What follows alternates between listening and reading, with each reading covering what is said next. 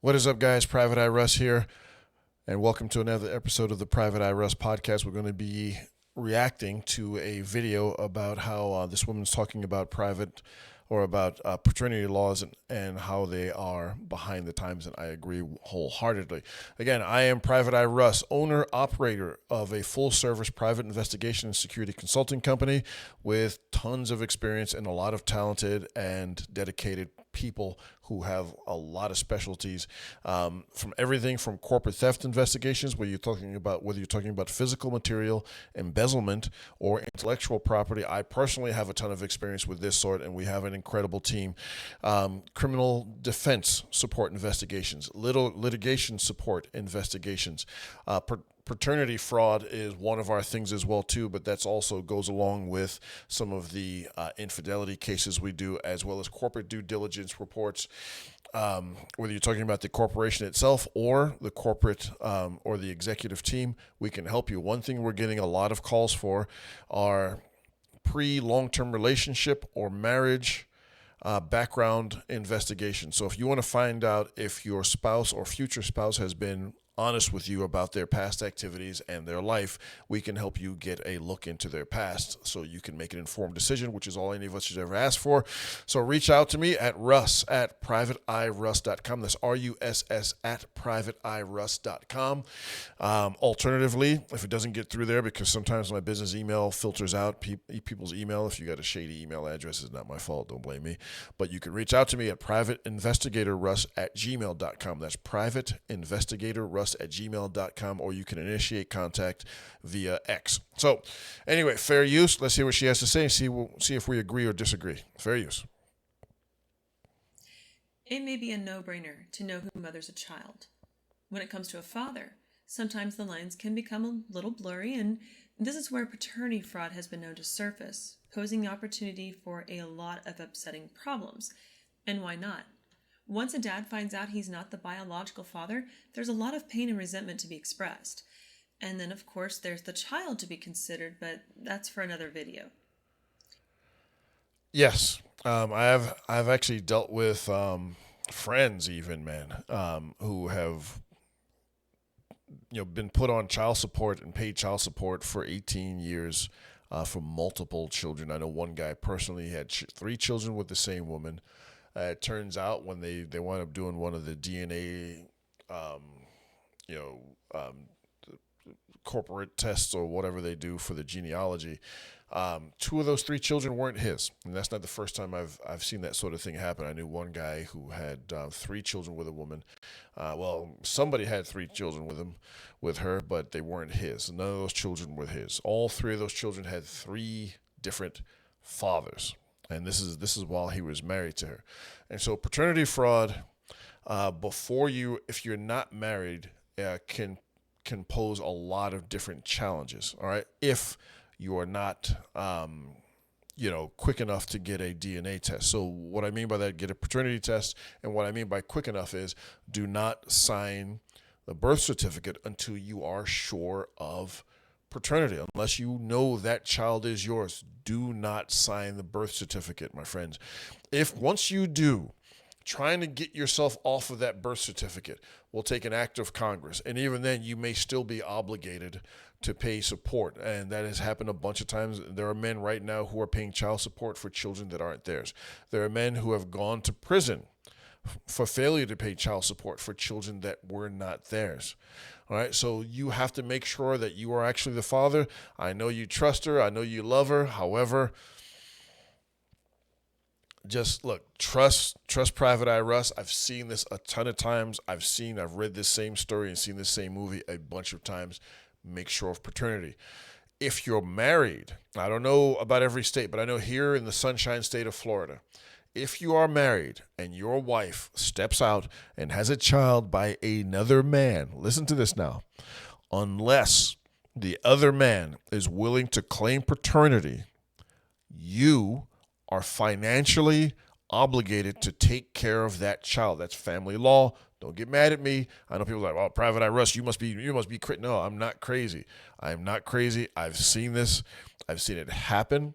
I have really good friends who are licensed mental health professionals that work with the family court extensively, and she has recounted tales to me on multiple occasions of clients of hers that had that very same thing happen. That those children weren't the men, but the father was still financially obligated. Now imagine your wife, adding insult to injury.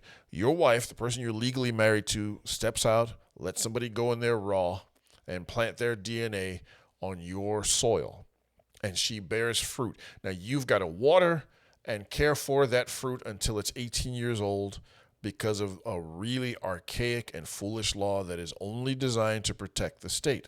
That's who is being protected.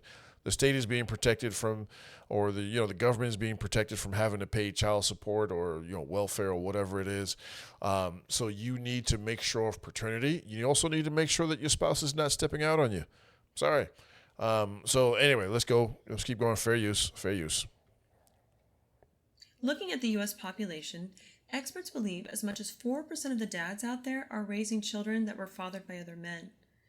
That may seem like a low number, but in terms of It is a low number. It's probably upwards of 10%. And people say, when I post things like, say, on X, I'm on X. Follow me on X at Private Eye Russ. Like, subscribe, share these videos, comment below. All those good YouTube things to feed all the YouTube and other social media algorithms. Please do it. Anyway, so when I post these things, they say, oh, it's only about 10%. Just like, the false accusations. Oh, it's only about 10%. Only 10%?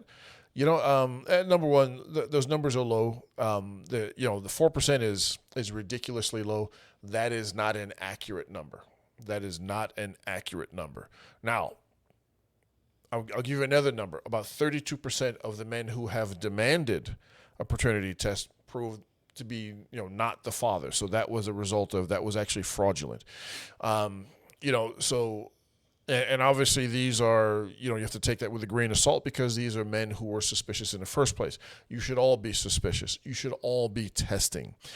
There are a lot of women out there who will let guys go in there raw, get pregnant by somebody else, and make you pay for it for the rest of, that, until that child is an adult. It's not fair. You shouldn't be subject to that. Let the actual father do that. Let the mother sort that out if they're willing to do that. So anyway, fair use, but yeah, that number's low.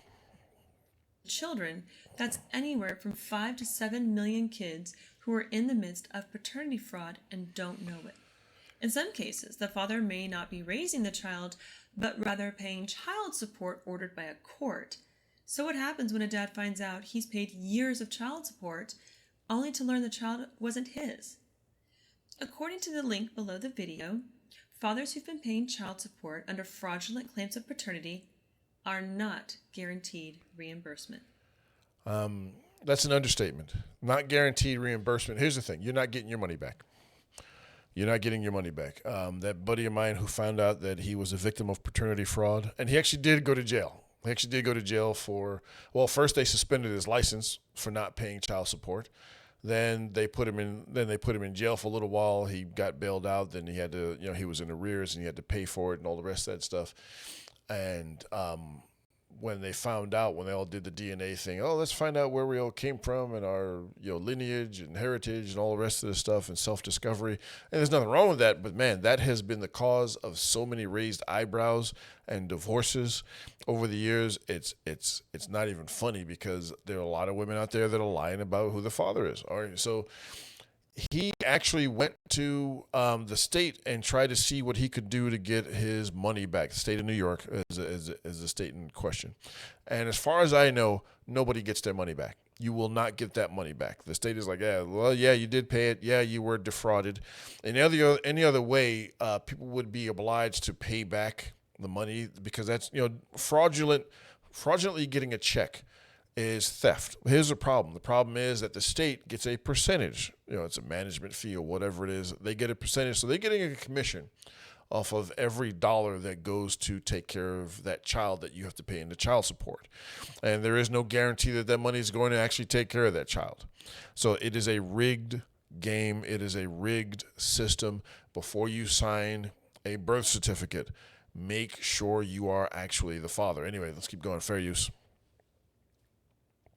Most states in the U.S. have laws that may continue to hold the non-biological father financially accountable until the child's 18.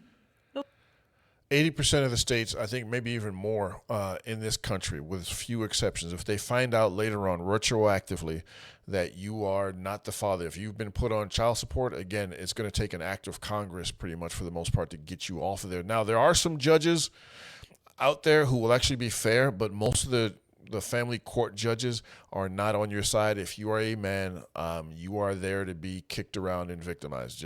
That's just the way it is. So keep yourself out of that trouble. Cover your stuff up. Protect your seed. Don't plant your seed in crazy chicks. Don't just plant your seed willy-nilly all about the place. Get to know these women. Hire my company to do a background check to make sure she doesn't have any red flags that you would not want your child raised in. Do you want your child raised in a or you want some crazy woman to be the host of your seed? I don't want that. Anyway, fair use. But why is that? Well, if you can believe it, paternity fraud, it's not a criminal act. It's not illegal to defraud you. Paternity fraud is illegal in every other case, but in the case of something that's this serious, that can cost you that much money, time, effort, emotional discomfort, and pain, it is not a crime. Just like, and I did a video exposing one of these companies that produces a product designed to steal your sperm and impregnate women. It is not illegal, okay? Sperm jacking, sperm theft. I made a video about this. Maybe I'll make a follow-up video about this about another company. Sperm jacking and paternity fraud is not a crime. All right? Keep that in mind, guys. It is not a crime. But if you stealthily remove a condom while you're engaged in fun bedroom activity with a woman and you get her pregnant or give her an STI or whatever else it is, guess what? You can be convicted of battery. Depending on the state, that can be battery. If you give her some sort of communicable disease, STD or STI, whatever you want to call it, that could be aggravated battery. So again, the deck is stacked against you, not Dak. I'm talking about Dak Prescott. There's a whole nother thing. But the deck is stacked against you. Be really careful. Anyway, fair use. It can become a civil case in certain states, such as Texas, but there's no guarantee of favorable outcome for the victims of paternity fraud. Now, this is primarily due to the fact that mothers don't have to prove paternity in any situation. Men can request paternity tests, though this can be an offensive demand, leading to added stress. All right. Women will get offended if you demand a paternity test. Who cares? You guys need to stop caring about what women think. Do what's best for you. Protect yourself. Again, you are up against it in the most extreme way. I cannot stress enough how much the family court system, and even in a lot of ways the criminal court system, are against men. They are not your friend. Stop trusting them to do the right thing. They're not going to do the right thing by you. They're going to do the right thing by that woman and that child and by the state. You are going to be kicked to the curb and left homeless and whatever else. They don't care. Anyway, fair use. Needless to say, paternity fraud laws have a lot of opportunity to catch up with the times. What about you? All right. So, and again, yes, they are. Are they going to change? I don't know. It depends. Men have horrible voting records. They'll just vote for people willy-nilly. Women will vote for people that are going to give them what they want. Men will vote just to get it out of the way in many cases, which is why the country and the world in general is in the state it's in. Men need to get be a little bit more responsible about their vote and understand that you are going to be constantly under attack from so many different ways. Women, you can't blame them for doing what they do. This is just their nature. Just like you wouldn't hate water for being wet or the sky for being blue. Don't hate women. Don't get angry. Just understand what goes on and understand the game that's afoot and understand how to protect yourself from losing that game. Anyway, it's your boy Private Eye Russ. Like, subscribe, share. I'll see you guys in the next video. Thank you for watching the Private Eye Russ podcast. There'll be more to come, guys.